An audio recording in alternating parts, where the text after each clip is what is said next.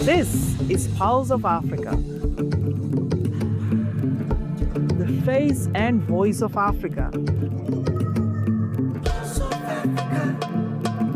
The story of resurgent and burgeoning Africa is here, only on the Pulse of Africa channel.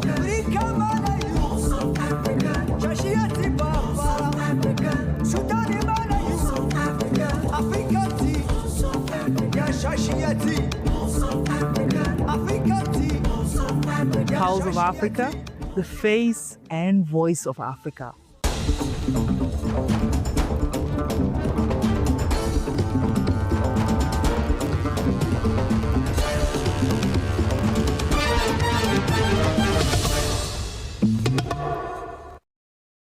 Hello and welcome to Pulse of Africa. Today we journey across the continent, tracking stories of celebration, ambition, and strategic partnerships that are shaping our future. From calls for urgent peace action in Africa to Tanzania's Arusha preparing for a major tourism festival and Morocco's offshoring growth plan, let's begin. I'm Edo Masai. Our first story takes us to African experts call for urgent action on peace and security across the continent.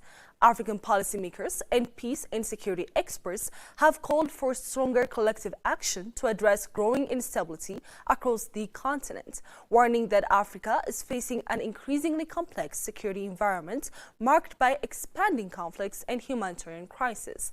The call came during a high-level policy dialogue organized by Amani Africa Media and Research Services in Addis Ababa, following the outcomes of the 39th Ordinary Session of the African Union Assembly. The event examined how the African Union can strengthen its peace and security architecture to respond more effectively to current crises. Talking to Pulse of Africa, Salamon Darso, founding executive director of Amani Africa, said the continent is experiencing a critical moment. Africa is entering a new era of instability characterized by expanding armed conflicts, deepening state fragility, and worsening humanitarian crisis, he said, stressing the need for stronger continental leadership and coordinated action to protect peace and stability. According to Amani Africa's 2025 review of the AU Peace and Security Council, several conflict hotspots continue to drive insecurity across the continent, including the ongoing war in Sudan, escalating violence in Eastern Democratic Republic of the Congo, persistent insurgencies in the Sahel, and political tensions in South Sudan. Salomon noted that one of the key opportunities emerging from the recent AU summit is the proposal to hold an extraordinary summit on peace and security in Luanda, Angola, later this year. There is an important opportunity if the extraordinary summit is used for focused engagement on the major conflict hotspots and how to contend them, he said.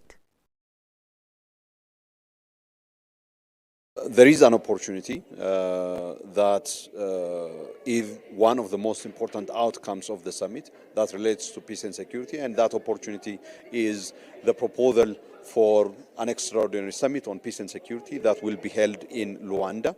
And as such, if that is used for a focused engagement on these major conflict hotspots and how to contain and resolve these major conflict hotspots, then there is a possibility for changing the tide, particularly in terms of restoring the agency of the African Union, which is critical for Africa to take leadership on resolving conflicts on the continent.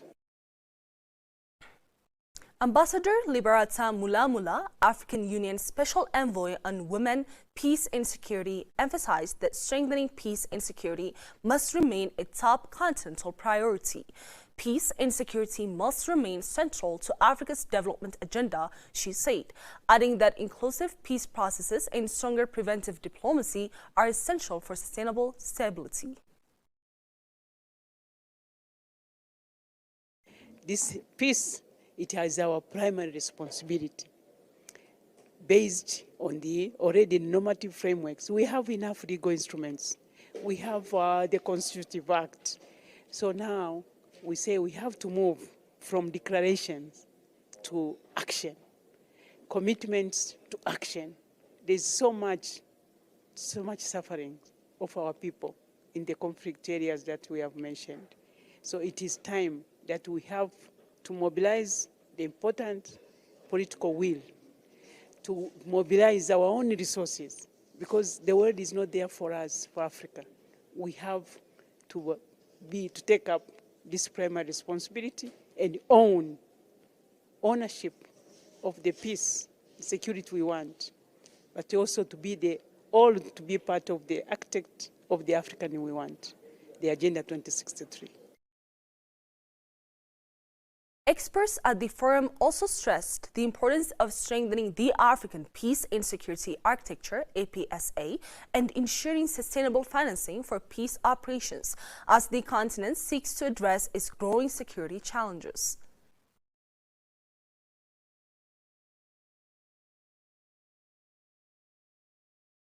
African experts have convened in the Rwandan capital, Kigali, for the Technical Committee TC53 meeting on standardization of textiles, textile products, and accessories.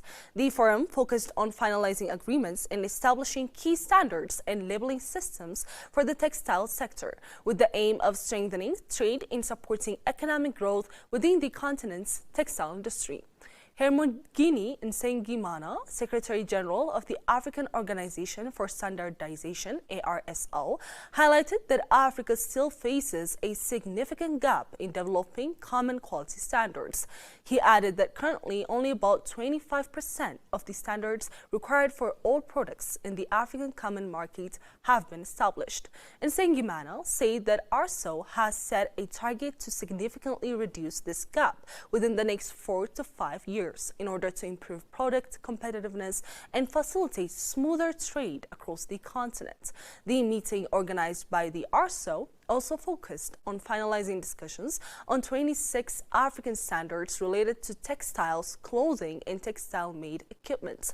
The gathering brought together experts from 16 countries to develop common continental quality standards for clothing, textile equipment, and related products.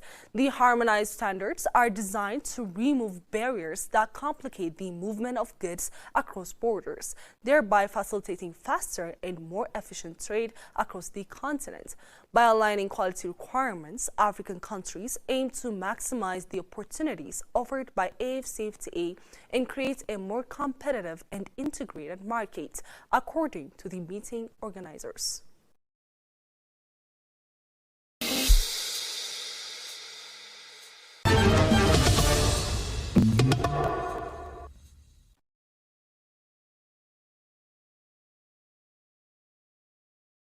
Of Cape to Cairo Tourism Festival. Tanzania's safari capital, Arusha, is gearing up to host a major Pan-African sporting and cultural festival in May 2026, with organizers expecting more than 5,000 participants from across Africa and beyond for the second edition of the Cape to Cairo Arusha International Tourism and Cultural Festival. The week-long event, featuring an international marathon at Sheikh Amri Abeid Stadium, is strategically designed to boost intra-African tourism, promote cultural exchange, and strengthen East Africa's position as a unified travel and investment destination. The idea is to spur intra-East African community tourism trade and help leapfrog other economic sectors, explained Team Mdinka, Chief Executive Officer of the Sports and Tourism Events Organization, SATE, and a veteran Tanzanian tour operator with Land Africa Safaris. The timing of the festival is particularly favorable as Arusha's global profile continues to rise. CNN Travel recently listed the city among the top 20 places to visit in 2026, one of only 2 African destinations to make the prestigious list alongside Algeria's Tasil and Alger. Situated at the foot of Mount Meru, Arusha serves as the gateway to some of Africa's most celebrated wildlife destinations, including the iconic Serengeti National Park and the Ngorongoro Conservation Area. often referred to as the Garden of Eden, and sometimes dubbed the world's 8th natural wonder. The city's tourism infrastructure is also expanding, with the soon-to-be completed 30,000-seat Samia Suluhu Hassan Stadium, which will enhance the region's capacity to host major international events. Scheduled to run from May 28th to June 3rd, 2026, with the marathon taking place on May 31st, the festival will extend beyond sporting competitions to include cultural performances and a high-level summit, bringing together business leaders and policymakers to explore opportunities for expanding tourism and investment across the East African community. In a strategic move, organizers have aligned the Marathon Week with the Karibu Kili Fair, one of East Africa's leading tourism trade exhibitions.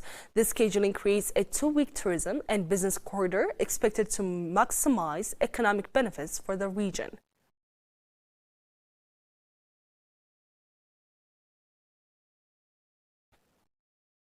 Morocco eyes offshoring revenue as German firms move in.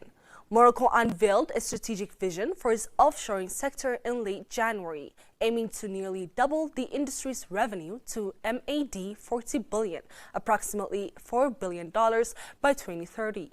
The plan also targets the creation of 270,000 new jobs, according to a recent analysis by Germany Trade and Investment GTAI. The sector already employs around 150,000 full-time workers. Service exports directly primarily toward French-speaking Europe reached MAD 27 billion, $2.7 billion in 2025. But the industry is undergoing a structural shift. Call center operations along the backbone of Morocco's offshore activity are losing ground, partly due to legislative restrictions in France, the sector's largest export market. Higher value digital services are now taking their place. To meet the growing demand for skilled workers, the government is accelerating training programs and expanding research and innovation institutes such as Jazari. Data protection sites at the center of this transition. Omar Seghouchini, president of Morocco's National Data Protection Commission, CNDP, stated that data privacy is at the core of the strategic development of the offshoring sector. The commission views data protection not as a barrier to growth, but as an essential lever for building trust and international competitiveness, according to the GTAI report. Morocco is now working to align its national standards with European requirements, particularly through the pursuit of recognition under the EU's adequacy framework. Standard contractual clauses and data bridge mechanisms are already in use to facilitate secure data transfers between Europe and Morocco. The CNDP is also streamlining administrative procedures for business operating in the sector. Morocco's investment charter offers substantial financial and tax incentives for companies that generate high value added and local employment. The German-Moroccan Chamber of Commerce, AHK Morocco, supports market entry and local recruitment for mid-sized German firms.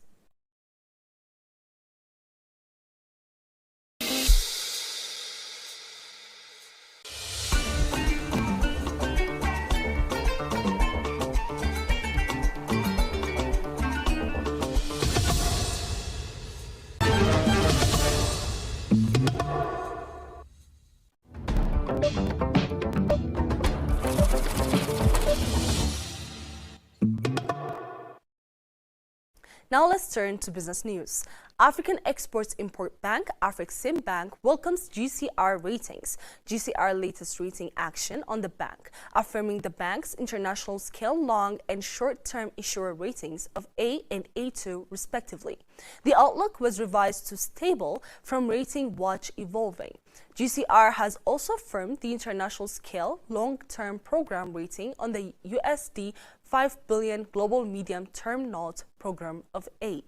The improved rating reflects GCR's assessment of a robust counter-cyclical mandates underpinned by a strong track record and ongoing preferential creditor treatment (PCT) from shareholders. South Africa became the latest country to affirm the bank's establishment treaty and preferred creditor status when it recently signed the instrument of accession to become a full sovereign member of the bank. The report continued, the bank's solid capitalization and diversified funding profile provide significant buffers against emerging credit risks. The report also acknowledged the bank's diverse shareholding base. The outlook changed from rating to watch evolving to stable according to GCR indicates that there is immaterial downside risk related to sovereign debt restructurings.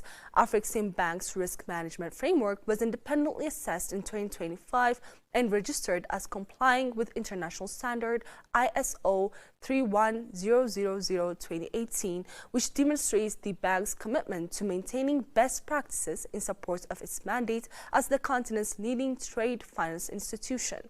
The registration issued by Certification Partner Global, CPG, follows rigorous independent assessments of Afreximbank's enterprise risk management framework by external auditors with zero non-conformities.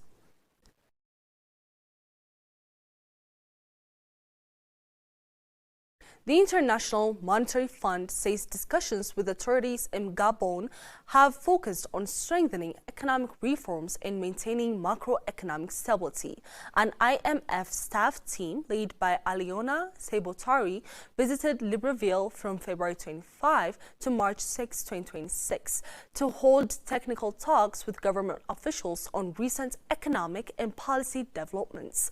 In a statement issued at the end of the visit, the IMF said discussions covered the implementation of Gabon's National Growth and Development Plan, as well as reforms aimed at improving public financial management, governance, the business environment, and the fight against corruption. The IMF noted that prudent fiscal and financial policies remain essential to safeguarding macroeconomic stability in Gabon and the wider region. The IMF says policy dialogue with the Gabonese authorities will continue in the coming weeks, including during the upcoming IMF spring meetings.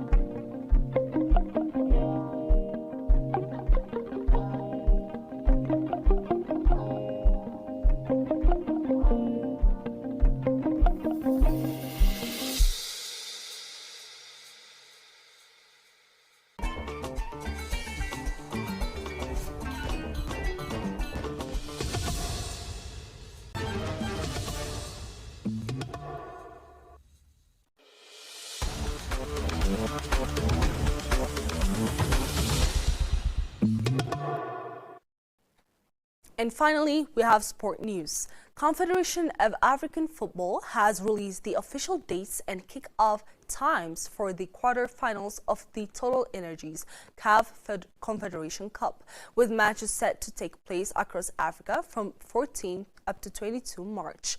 One of the headline ties features a Moroccan derby between Olympique Club de Safi and Wydad AC, with the first leg scheduled in Safi on 15th March before the return match in Casablanca on 22nd March.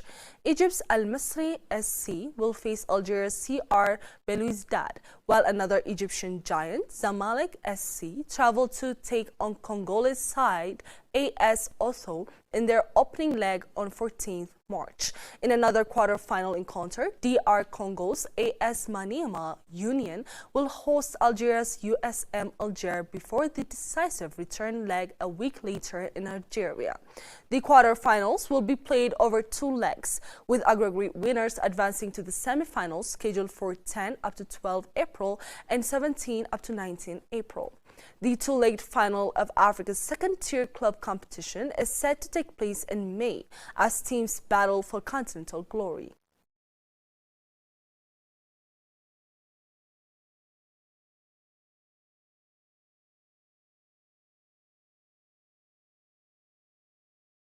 Now, let's take a look at the weather forecast across Africa.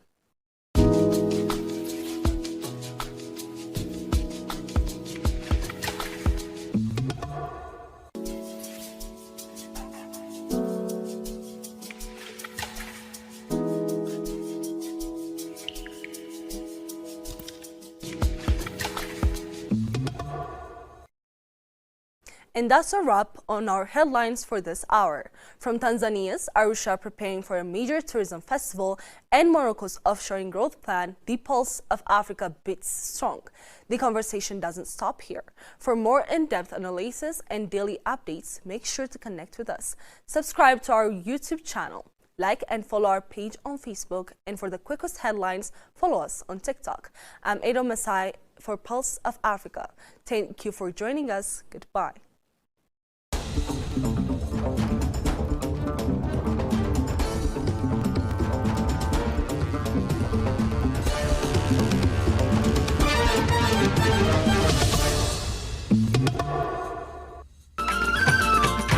This is Editorial from Pulse of Africa, the voice and face of Africa.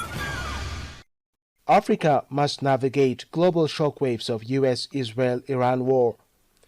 South African President Cyril Ramaphosa has offered to mediate, if asked, between US and Israel on one side and Iran on the other.